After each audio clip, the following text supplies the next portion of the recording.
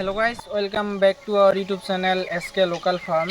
तो ये वीडियो हम बना रहे हैं हमारे एक सब्सक्राइबर भाई के लिए। तो हमारे सब्सक्राइबर भाई ने हमसे क्वेश्चन पूछा था कि एक चूजे डे 1 से लेके 5 महीने तक कितना फीड खाता है, मतलब कितना दाना खाता है। तो चलिए मैं शुरू करता हूँ। 100 चूजे 0 डेज से लेके 30 डेज तक कितना दाना खाएगा।